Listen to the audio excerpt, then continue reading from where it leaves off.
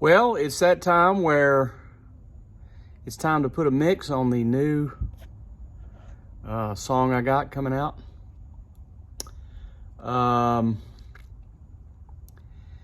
got all the parts recorded, and I got it kind of thrown up there pretty good. So now it's a matter of going through there and creating a mix, which is very difficult for me for some reason. I think it's because of a lack of experience, and also maybe not as meticulous, a detail-oriented kind of personality.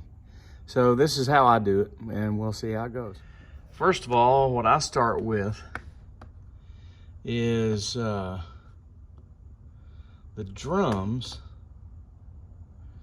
right here.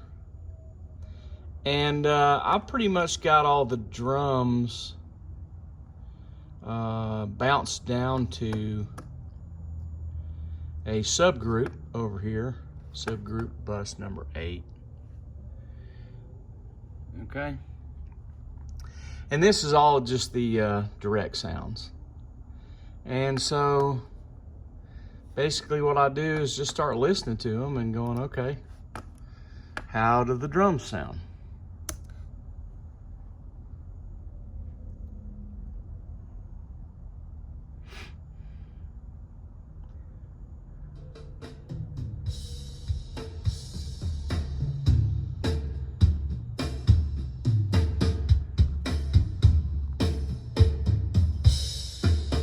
And I've got a little reverb on the snare. And the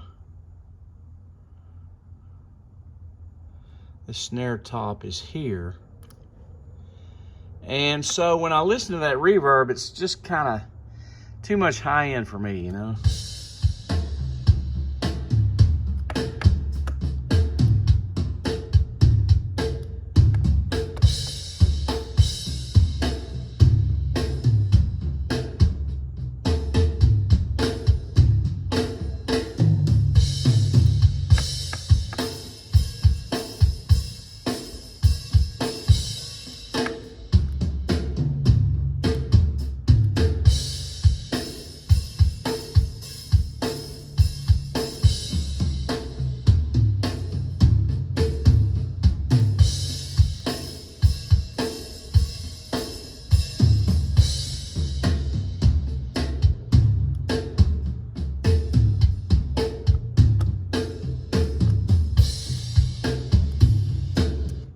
Because basically what I want is just a little bit of reverb on the snare to kind of stretch out the duration of the sound of it. And then I bus all the standard drum sounds down to another bus. In this case, it's bus 7. And basically what I do is I set up a compressor on this bus and just like over compress it. And it kind of sounds like this.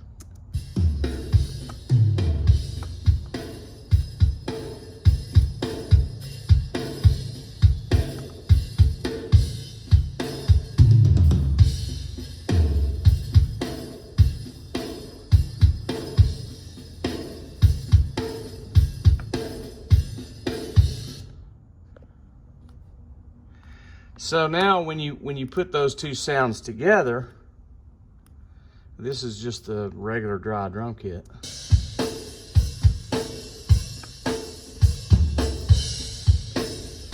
And then you want to add in some of the compressed drums.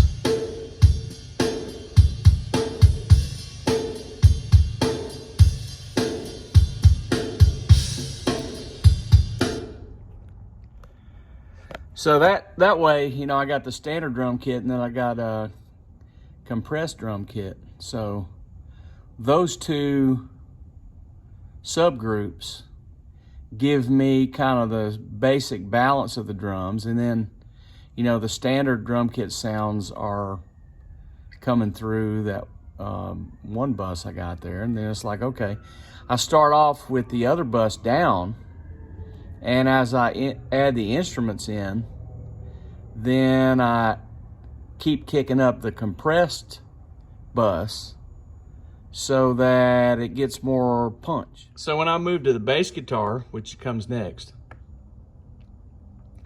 I basically have created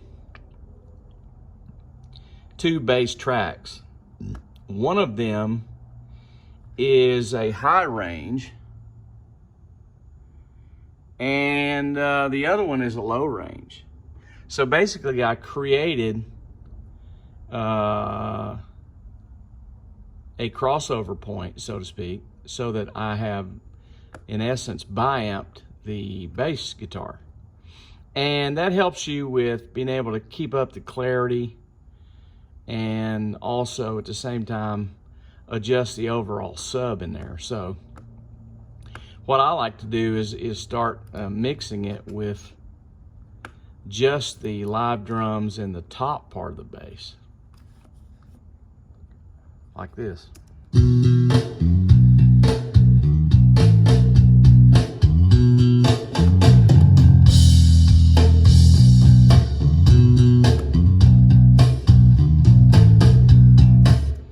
And then what I do is I'll add in a little bit of the compressed drums where I got a little punch to it.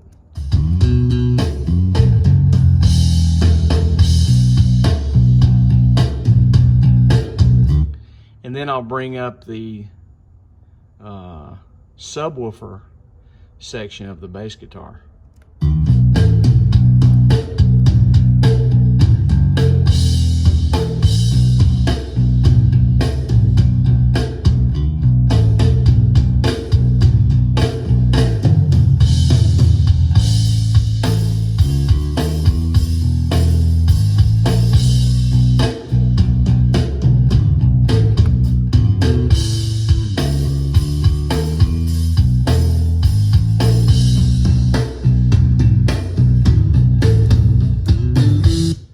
So once I get those 2 things sounding kind of good, it's like, all right, now I got to bring in the keys to it.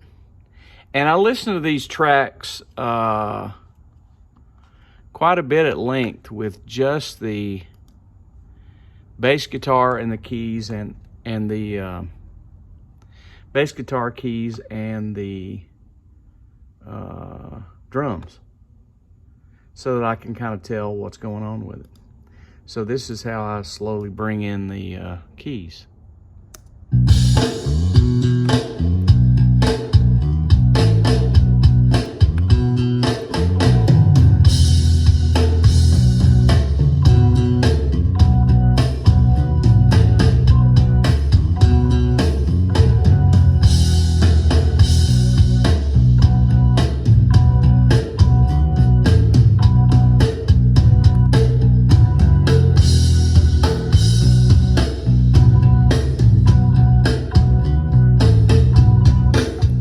So once you get that part of it done, it's like, okay, I've got a good starting point for the drums, the bass guitar, and the keyboard. So all of that has got to, it's got to sound good together right then and there. And it's like, okay, everything else that you add to these mixes is a little bit easier to mix in just because there's far more high frequency to it. So a little goes a long way. And of course, then you got to do some other fancy EQ things to try to get it to the next level. But the basic setup and starting point of all of it is bass guitar, drums, and keyboards. And this is kind of what it sounds like when it's kind of getting close.